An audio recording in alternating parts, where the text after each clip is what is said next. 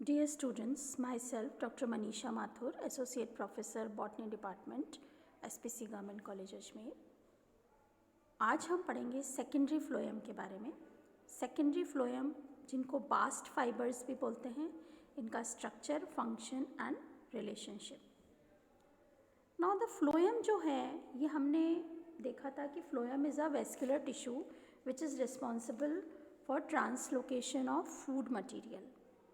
जो food material leaves में बनता है उसको पूरे प्लांट में डिस्ट्रीब्यूट करने का काम होता है फ्लोएम का। Translocation pertains to the process that transports the photosynthate material to different parts of a vascular plant. जो फोटोसिंथेसिस के फलस्वरूप जो बनता है दैट इज़ कॉल्ड फोटोसिंथेट। तो उन मटेरियल्स को प्लांट के डिफरेंट पार्ट्स में ट्रांसलोकेट करने का काम होता है फ्लोएम का। The phloem may be primary or secondary depending on which type of growth it came from or on which type of cambium, whether procambium or vascular cambium it came from. Phloem दो तरह से होता है। जो procambium से बनता है वो वाला कहलाता है प्राइमरी फ्लोएम या पहले बना हुआ फ्लोएम। दूसरे तरह का जो फ्लोएम होता है secondary phloem, that is made from vascular cambium. Secondary growth के फलस्वरूप जो कैम्बियम बनता है that is called vascular cambium. उसके फलस्वरूप जो फ्लोएम बनता है that is called secondary phloem. अब the secondary phloem is a type of phloem that comes from the vascular cambium during the secondary growth. Secondary growth या द्वितीयक वृद्धि के बाद में जो फ्लोएम बनता है वो कहलाता है secondary phloem. The secondary growth is responsible for the growth in girth in plants, especially trees. Secondary growth क्या होती है कि जो पौधों की चौड़ाई में जो वृद्धि होती है that is secondary growth which is done by the action of cambium. The vascular cambium is the meristematic tissue involved in this type of growth. Some of the cells produced by the vascular cambium may differentiate into secondary phloem. कुछ cells जो होते हैं मतलब जो cambium होता है वो ऊपर की तरफ फ्लोएम बनाता है वेस्कुलर कैम्बियम और नीचे की तरफ जाइलम बनाता है। The secondary phloem is located in the stem and roots. It forms inner to the primary phloem. Primary phloem के बाद में सेकेंडरी फ्लोएम बनता है। A radial system of phloem rays occurs in the secondary phloem. In terms of cellular components the secondary phloem has more phloem fibres. जो secondary phloem होता है या अपन कह सकते हैं कि कैम्बियम की एक्टिविटी से, वेस्कुलर कैम्बियम की एक्टिविटी से जिस फ्लोएम का निर्माण होता है उसमें फ्लोएम फाइबर्स ज़्यादा पाए जाते हैं। The secondary phloem has more phloem fibres. They occur in bands और patches and refer to as bast fibres. और इन फ्लोएम फाइबर्स को बास्ट फाइबर्स कहते हैं। Sieve tubes, phloem parenchyma and sclereids. Then the primary phloem. Primary phloem के comparison में secondary phloem के अंदर ज़्यादा फ्लोएम फाइबर्स होते हैं, ज़्यादा सीव ट्यूब्स होती हैं, ज़्यादा फ्लोएम पैरेन्काइमा होता है और ज़्यादा स्क्लेरीड्स होती हैं। The sieve tubes of secondary phloem are shorter. जो सेकेंडरी फ्लोएम की जो सीव ट्यूब्स होती हैं वो छोटी होती हैं लेकिन चौड़ी होती है प्राइमरी फ्लोएम के कंपैरिजन में। इनिशियली जो प्रोकैम्बियम से जो फ्लोएम बनता है उसके कंपैरिजन में जो वेस्कुलर कैम्बियम से फ्लोएम बनता है उसकी सीव ट्यूब्स ज़्यादा चौड़ी होती है लेकिन छोटी होती है साइज में, लेंथ में छोटी होती है। Thus there is a rapid flow of photosynthetes occur across the sieve tubes of secondary phloem than those of primary phloem. इसलिए बहुत जल्दी रैपिड फ्लो होता है। जो फोटोसिंथेसिस से जो प्रोडक्ट बनता है उसका रैपिड फ्लो होता है क्योंकि सीव ट्यूब्स चौड़ी होती हैं। तो हम एक तरह से समराइज कर सकते हैं कि secondary phloem it increases the transport of food from the leaves to the rest of the plant body. ये हमने भी कहा ही था कि जो फोटोसिंथेट बनता है वो लीव्स से लेके पूरी प्लांट बॉडी में डिस्ट्रीब्यूट करते हैं। Only recently form layers of secondary phloem conduct phloem. जो बिल्कुल नया बना हुआ जो फ्लोएम होता है सेकेंडरी फ्लोएम वो ही कंडक्ट करता है phloem SAP with the older primary and secondary phloem tissue being inactive। जो पुराना बना हुआ होता है वो इनएक्टिव होता चलता है Older phloem cells no longer conduct because they are stretched and broken when new cells are produced by the vascular cambium. They push them outwards.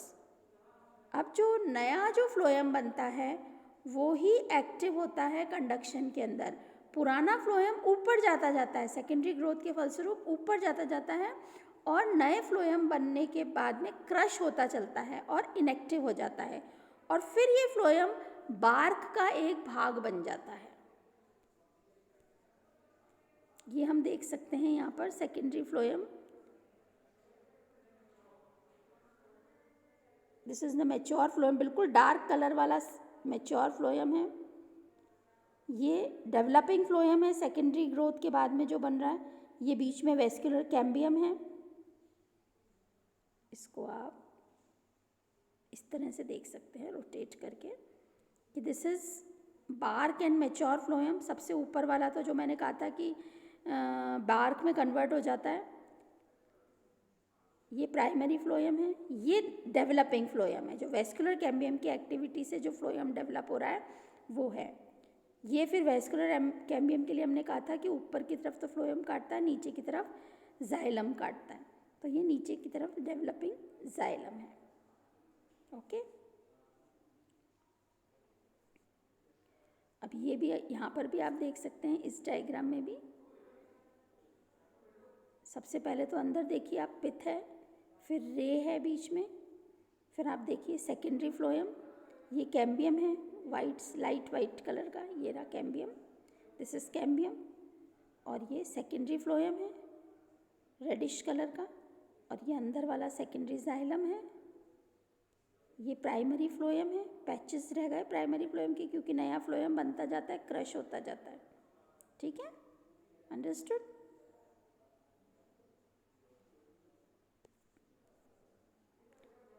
अब हम आते हैं बास्ट फाइबर. बास्ट फाइबर को फ्लोएम फाइबर्स भी बोलते हैं और skin fibre. ये प्लांट फाइबर है जो कि फ्लोएम से कलेक्ट किया जाता है और bast surrounding the stem of certain dicot plants. It supports the conductive cells of the phloem and provide strength to the stem. Some of the economically important bast fibers are obtained from herbs cultivated in agriculture. As for instance, flax है, hemp है, ramie है. ये economically important bast fibres हैं, phloem से बने हुए वाले fibres हैं जिनको हम बैग्स में, चटाई में, इन मैट्स, इन सब को बनाने में काम में लेते हैं. But also bast fibers from wild plants as stinging nettle and trees such as lime or linden, wisteria and mulberry have been used in the past. So bast fibers are classified as soft fibers and are flexible. Bast fibers जो होते हैं flexible होते हैं. Fibers from monocot plants called leaf fiber are classified as hard fibers and are stiff. ये आप देखिए fibre का diagram है बास्ट फाइबर का. ये हेम्प प्लांट से जो निकले हुए बास्ट फाइबर्स हैं उनका है. तो bast fibres like jute, flax, hemp and kenaf had been thoroughly investigated by numerous researchers up till today, where most of them had focused on the fibers' chemical constituents, physical and mechanical properties, as well as its cell wall architecture. So these properties of bast fibers make it a suitable reinforcement for their most polymers with the added benefits of being environmentally friendly. ये जो bast fibres होते हैं ये environmentally friendly होते हैं, मतलब degrade हो जाते हैं, and also possessing high specific strength comparable to synthetic fibres. जो सिंथेटिक फाइबर्स होते हैं वो डिग्रेड नहीं होते हैं, इसलिए एनवायरनमेंट के लिए हार्मफुल होते हैं, जबकि जो फ्लोएम से निकले हुए वाले फाइबर्स होते हैं they are environmental friendly. Despite the advantage bast fibres also lag behind in certain properties. लेकिन अब कई इसमें नेगेटिव पॉइंट्स भी हैं कि मॉइस्चर एब्जॉर्ब कर लेते हैं. तो despite the advantages, bast fibers also lag behind in certain properties like moisture absorption. In order to offset what bast fibers are lacking, hybridization of bast fibers with other natural fibers or synthetic fibers were done, and the results were promising as hybridization enhances the reinforced dermost composites. तो hybridisation किया जाता है phloem fibres का synthetic fibres के साथ में, जिससे कि उसकी नेगेटिव प्रॉपर्टीज़ जो होती हैं वो सब ख़त्म हो जाती हैं और एक नए तरह का इम्प्रूव्ड फाइबर बन पाता है. To further improve the hybrid bast fibres their most